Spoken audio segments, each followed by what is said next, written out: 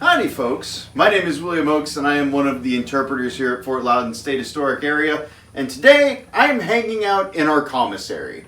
During the fort's existence from 1756 to 1760, this place would have essentially been a fancy storehouse. There would have been a guy in here, the Commissary if you will, whose job it was to make sure that all of the soldiers here had all of the material goods they needed to take care of their everyday needs. For instance, food to eat, including a pound of beef or a pound of bread per day, a pound of both, as well as occasionally maybe some peas and some rice and some butter, whatever they could get their hands on, all the way to the uniform that I am wearing, the waistcoat and the breeches, and normally a giant great coat that goes over this, but it's a little hot today, we'll just skip that.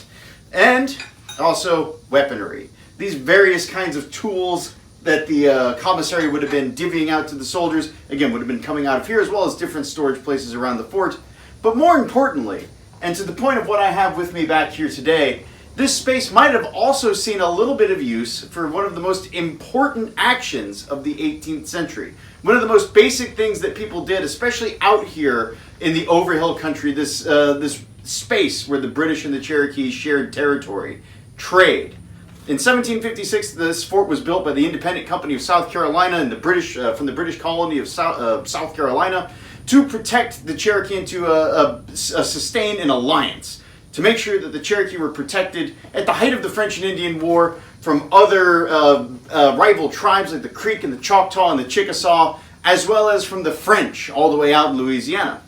But the reason the British wanted this alliance wasn't just to make sure that that these people were protected, but to make sure that the goods kept flowing. Almost all of these relationships that the British had with other Native American groups in the North American continent had to do with trade at one level or another. And it was no different with the Cherokee. The primary crops that you saw coming out of South Carolina, for example, included rice and indigo, basic staple crop to eat, as well as a dye base for a dye. But the third, not far behind that, would have been furs. And rather than sending a lot of traders out a lot of hunters out into the Overhills to do it, the British decided to let the Cherokee do most of the work since they were familiar with the hunting patterns of the region. And so hundreds and hundreds and hundreds of different pelts would come back with traders going over the hills from Charleston and exchanging various kinds of goods with the Cherokee in order to keep the supply up. So having the fort out here, something that the Cherokee wanted to protect them from everyone else, was beneficial to the British, both for the sake of having an alliance, as well as to make sure that those trade goods kept flowing. In exchange, what the British traders brought with them was a veritable cornucopia of different kinds of goods, including metal goods. The Cherokee, for hundreds of years, have been skilled in stonework and leatherwork and all of these different kinds of trades. But one thing that they lacked was knowledge in metalworking, something that the British had in spades.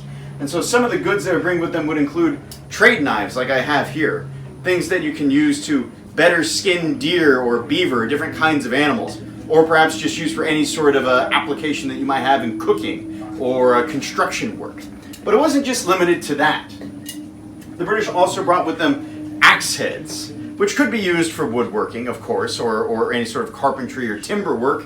But perhaps the most famous application of this was the tomahawk. And here I have some tomahawk heads. More specifically, these are called pipe hawk heads. So on one end you would have a bowl that you could use to smoke tobacco out of it, and on the other you would have the actual blade on the tomahawk itself that you could use for, of course, clearing paths and whatnot, but more importantly for actually using it in combat. Well, the British produced these and tried to trade them as often as they could. Oftentimes the Cherokee chose to ignore these. They were not big fans of them. They preferred to keep their war-making equipment and their tobacco smoking equipment separate. But this goes to show the level of accommodation that the British brought with them to try and trade with the Cherokee where they could.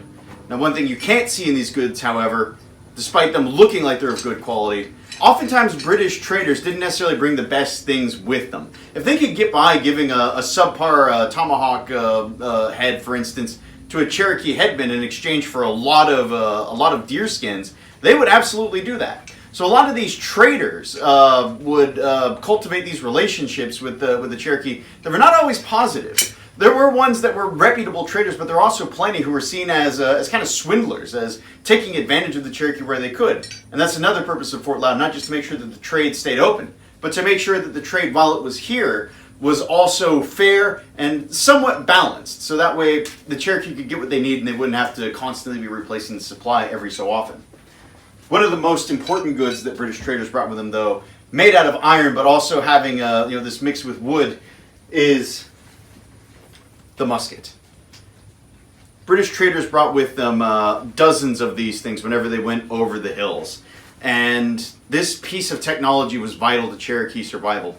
We have this image in our mind of Native American peoples using bows and arrows and spears, but by the middle part of the 18th century, they had learned how to use firearms rather effectively. And in alliance with any Native American group in North America, either on the part of the British or the French, making these alliances meant trading gunpowder, trading musket balls, and muskets with these peoples in order to secure their help. The British were no different, of course, and so here at Fort Loudon, plenty of Indian guns, as they were called, were traded back and forth. And indeed, that exchange didn't just stop at handing off the gun. If the gun broke, the Cherokee always brought it back here, and the blacksmith would have been responsible for fixing it.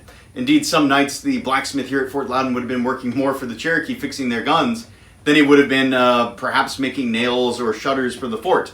His responsibilities were in and out, as it were. To give you another idea of how important this trade was, the British didn't just trade these things back and forth in exchange for iron goods or even just the support of the Cherokee. They would consistently string the Cherokee along and try to keep them fighting for them by offering them musket balls and gunpowder in exchange for any sort of scalps or proof of killing of a Frenchman or a rival tribe that they could bring back. So all throughout the French and Indian War, the Cherokee were bringing back scalps and trying their best to get gunpowder and musket balls from these bounties from the British officials that were on the other side of the mountains.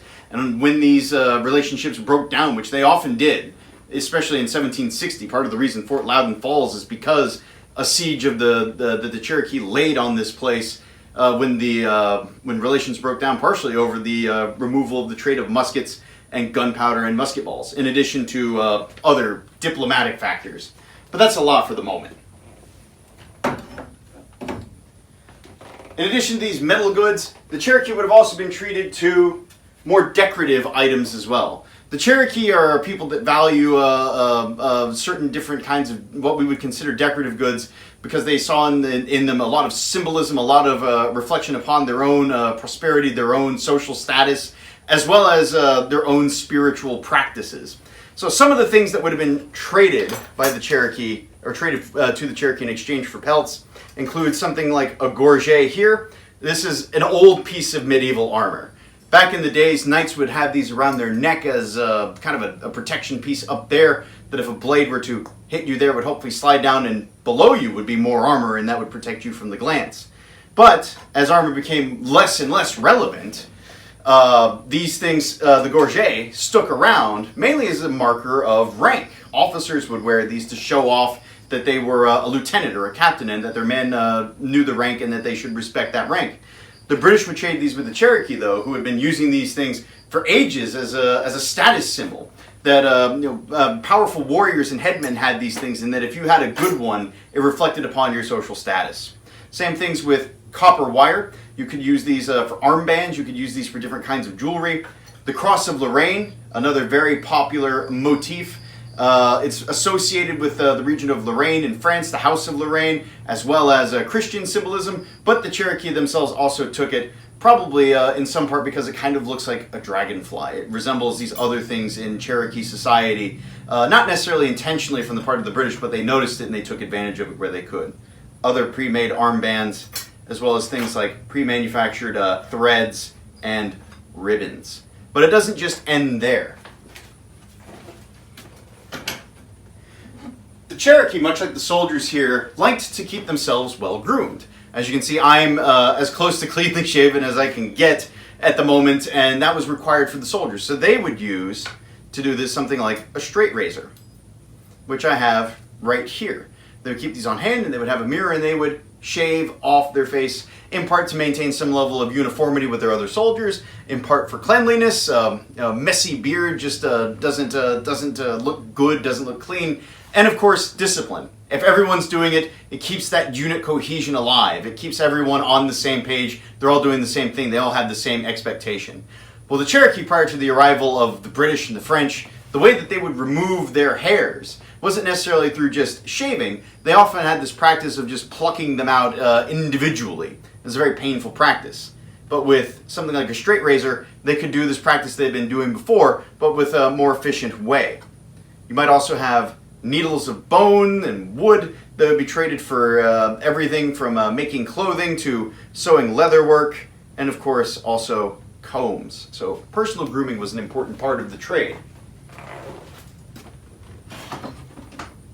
And last but not least, at least for what I have with me today, we have beads and bells. You can refer to this as a form of wampum. You might be familiar with that phrase. But these beads were very popular, not just with the Cherokee, but with all tribes of North America. Different colors were manufactured to suit the tastes of the different groups. So for instance, the Iroquois in the Northeast might be preferential to a different style of bead than, say, the Cherokee in the Southeast. But down here, they would absolutely be trading for these different colored beads to, again, show off their status within their tribe, show off their wealth and their power. The bells, too, these noisemakers could also be used in ceremonies and replace some of those older pieces of noisemaking that the Cherokee had been using prior to the arrival of the British. So with decorative items, that's just a sample of some of the things that they would use. It goes well beyond that. But one thing that we might not associate necessarily with being decorative is fabrics. You might associate that with being useful, like something that can keep you warm, and that's what the Cherokee did as well. Though it did come in different colors and they did use different styles of it, the fabrics themselves, especially during the winter, were quite valuable. These mass-produced in England or on the eastern coast of the what would become the future United States, the 13 colonies, could keep your legs warm and your upper body warm if sewn into the appropriate clothing during the cold winters of the 18th century in North America. Indeed, these fabrics were adopted not just because the Cherokee saw that they had some sort of potential use to them, but also because Cherokee dress in the 18th century was rather different than what the British were doing. You see me dressed in head to toe, almost all my skin covered. The Cherokee were fans of different types of clothing like breechcloths and leggings, which can leave some skin exposed. So having a warmer cloth to make these clothings out of, you can keep these old styles while using new material that gives you a better quality out of your clothing and helps keep you warm. Gives you something different than what you had before. And there are different styles of that, of course. I have checkered cloth back here as well, which I think might be fun to show. This is the one that I'm wearing, the red wool as part of the bigger uniform, and then the linen checkered cloth as part of the shirt. All of these would have been desirable to some degree, depending on the time of year, of course, but they would all be traded at different, in part for pelts. So this is just a smattering of some of these different kind of goods that would have been available through trade, both to the Cherokee, as well as in exchange for the deer pelts that would have been going back to England over the course of the 18th century, for use in making everything from fancy hats and felts for the upper classes, all the way down to the production of leather goods that could be used by folks in the army, all the way to some of London's lower-end citizens, if you will. Of course, all dependent upon the quality of the pelt. But these items reflect a bigger trend here at Fort Loudon. We think of this place as a military installation, which it absolutely was. After all, you see me armed in military equipment and military garb. But the job of the soldiers here wasn't just to protect. They were also guaranteeing trade routes. They were performing a rather civilian function, things that we take for granted every day, being able to go into a shop and paying money for a good and getting that good in exchange. The soldiers here were making sure that transnational exchange between the Cherokee and the British was done with some level of safety, that these routes were not being attacked, that some level of quality was guaranteed, of course with some level of variability in there, and in some ways also combining British and Cherokee cultures ultimately. A lot of these traders, to build up their reputation, would adopt Cherokee practices like wearing nose rings or wearing gaiters and wearing leggings and breechcloths, all the way to even taking Cherokee wives. They would embed themselves within these communities. And for their part, the soldiers here too did the same thing. A lot of Cherokee women would become wives of the soldiers here, and they would exchange culture and goods as well. The British learning how to plant corn, and in exchange trading with the Cherokee these different kind of goods that you've seen today.